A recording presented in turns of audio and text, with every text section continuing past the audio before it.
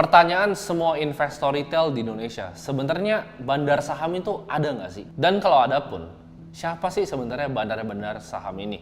Di sini gue akan bahas tentang sisi gelap dari dunia saham yang kalian nggak akan ketemu di tempat lain. Karena ini semua yang gue akan ceritakan di video kali ini itu based on experience gue sendiri. Sebenarnya ini gue jujur, gue lumayan bertanya-tanya sama diri gue kenapa gue bikin video ini, dan akhirnya gue sampai ke konklusi bahwa retail di Indonesia harus tahu tentang kebenaran yang ada di pasar modal Indonesia. Jadi gue sebenarnya sedikit lumayan takut ya dalam bikin video ini. Jadi mungkin sebelum kita bahas sisi gelap dunia saham, kita bahas dulu kenapa gue pribadi itu masuk ke dunia saham. Jadi kalian banyak yang udah tahu, gue mulai di saham itu di umur yang relatif muda ya, mungkin lebih muda dari sebagian besar orang. Gue sekarang umur 22 tahun dan gue udah sekitar 7 tahun di pasar modal. Jadi gue mulai itu tahun 2015, waktu gue masih di SMP, usia 15 tahun. Memang gue tahu gue sedikit sengklek ya di kepala, jadi gue memang mulai saham tuh awal. Kenapa? Karena ada yang tanya, oh ini dari orang tua lu ya bang, orang tua lu punya sekuritas ya? Enggak gitu ya, jadi orang tua gue nggak ada hubungannya.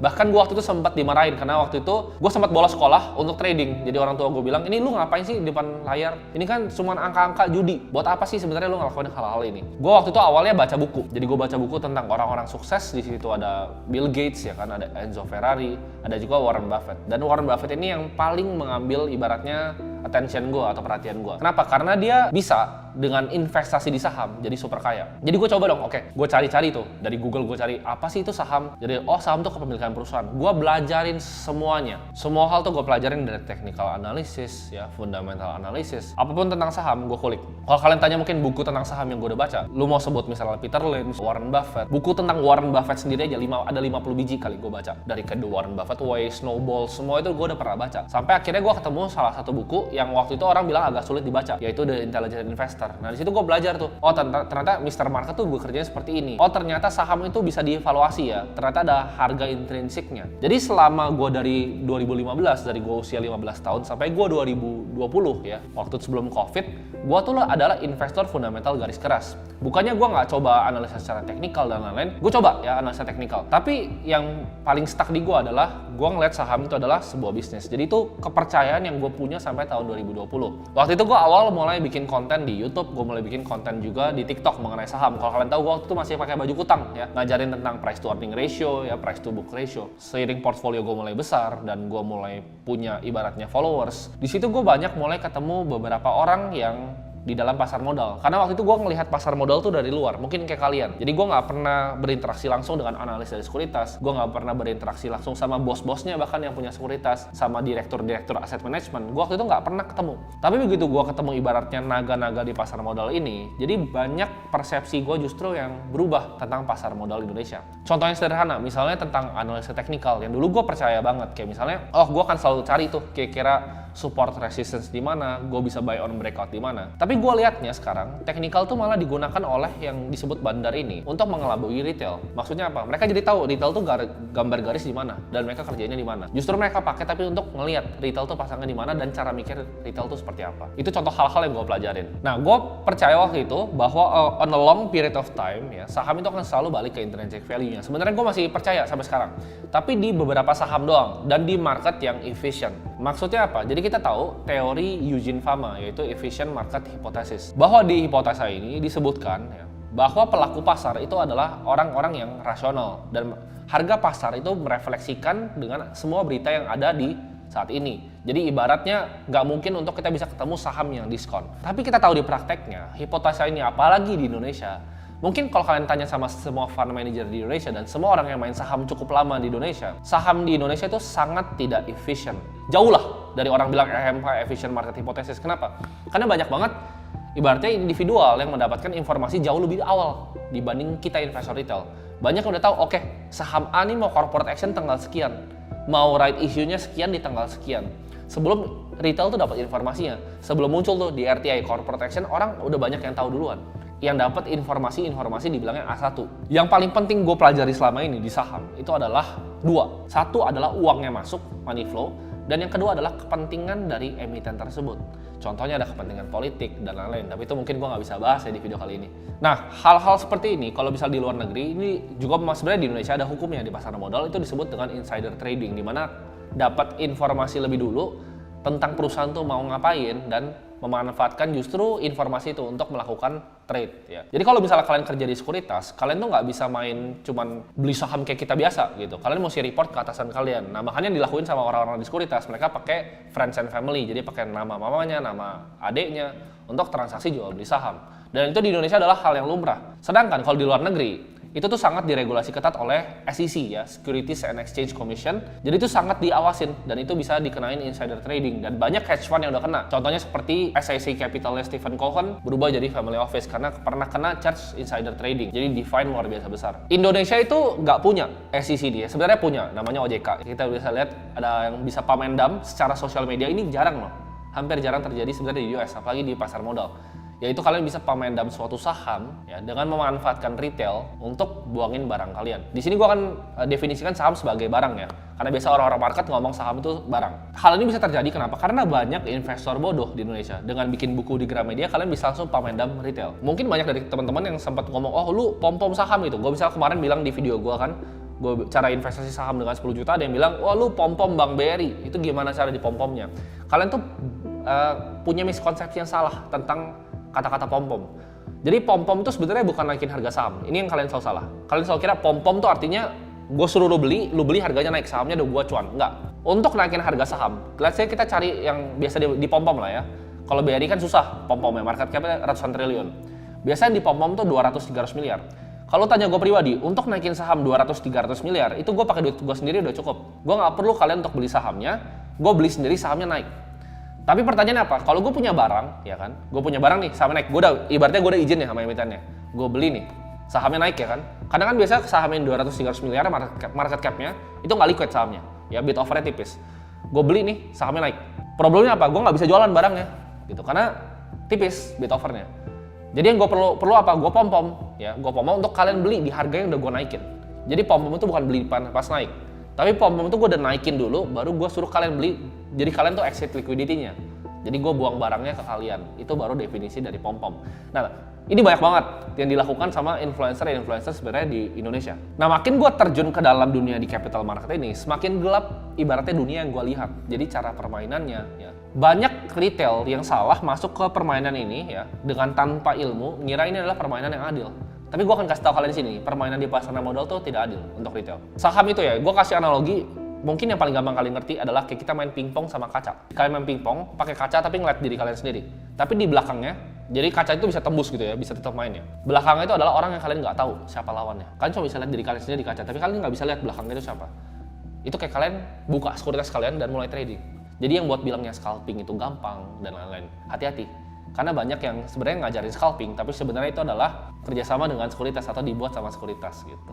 Di belakang meja pingpong tadi itu bisa aja robot ya kan. Misal kita main pingpong deh, bisa aja robot ya kan, bisa aja juara dunia gitu. Dan kalian bisa dibantai gitu kalau dapatnya juara dunia. Tapi bisa aja orang kayak kalian lagi yang sama-sama bodoh, sama-sama nggak ngerti apa-apa. Jadi itu sebenarnya analogi paling baik kalau gue jelasin tentang main saham. Ini gue kasih contoh aja ya, gimana caranya permainannya nggak adil. Kalau kita sekarang kan kita udah tahu, mata retail tuh semacam udah ditutup lah. Broker summary itu udah ditutup segala macam.